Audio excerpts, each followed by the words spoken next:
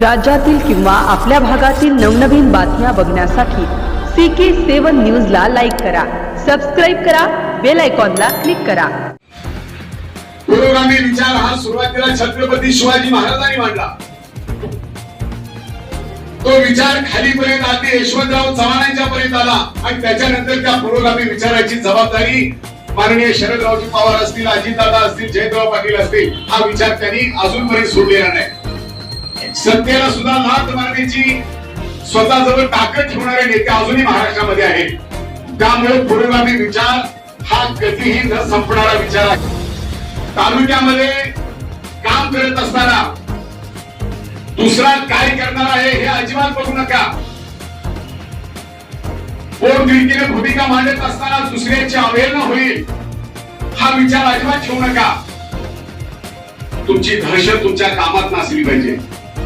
तुम्ही माझी काळजी करू नका. मला कधी अटक होते, पोलीस कधी उचलू देत, मी त्याची अजिबात तमा बाळगलेली नाही.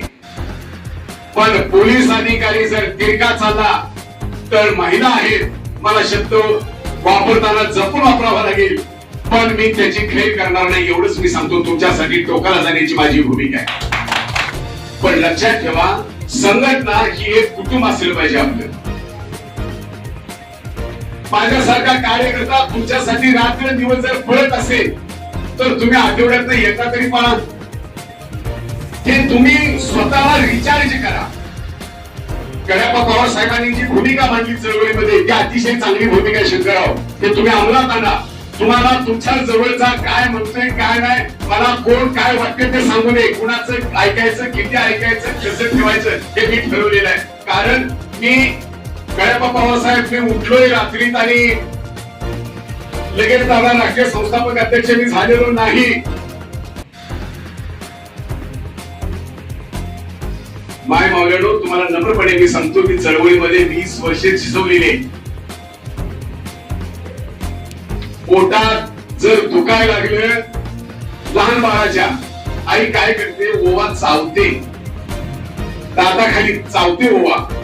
त्याच्या डायरेक्ट बाळाच्या तोंडात जर टाकायचं म्हटलं, बाळ असते 7, 8, 10 दिवसाचं. तिला माहित आहे तिनं तिला दिलेलं दूध हे पचत नाही. ज्या वेळी दूध पचत नाही आईचं, त्यावेळी ओळखायचं बाळाला अजीर्ण झाले. संघटनेमध्ये काम करत असताना कुणाला काय करायचं, कसं ठेवायचं हे मी चांगलं ओळखलेलं आहे. पण मी एवढंच तुम्हाला नम्रपणे सांगतो, संघटनेत काम करत असताना टाइमपास हा विषय नको आहे. चळवळीतला दम म्हणते, तुला धावतो, तुला काय धावतो, तुला काय धावतो ती बघ, हा दम असतो. आणि तो दम तुम्ही दाखवा. तिथं मी कमी पडलो तर मला सुद्धा तुम्ही गचुट्याला धरून विचारा, सर तुम्ही बोलला पण वागलेलं नाही. मी महिन्यात 1.5 महिन्यात रिकामा होतोय. कुणाच्या बापाच्या बापाला सुद्धा मी भिणार नाही. मुले किती मोठा असू दे, त्याची लांबी, रुंदी, उंची, खोली मी अजिबात मोजत बसणार नाही.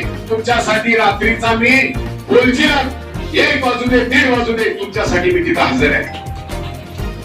पण लक्षात ठेवा, पोलीस स्टेशन मध्ये जात असताना पोलिसांचं वैशिष्ट्य सांगतो. डोळ्याची पापणी लावली तर तो पोलीस ओळखतोय की हा किती ताकदीचा आहे. सेंट मारून तुम्ही पोलीस स्टेशन मध्ये कधीच जाऊ नका.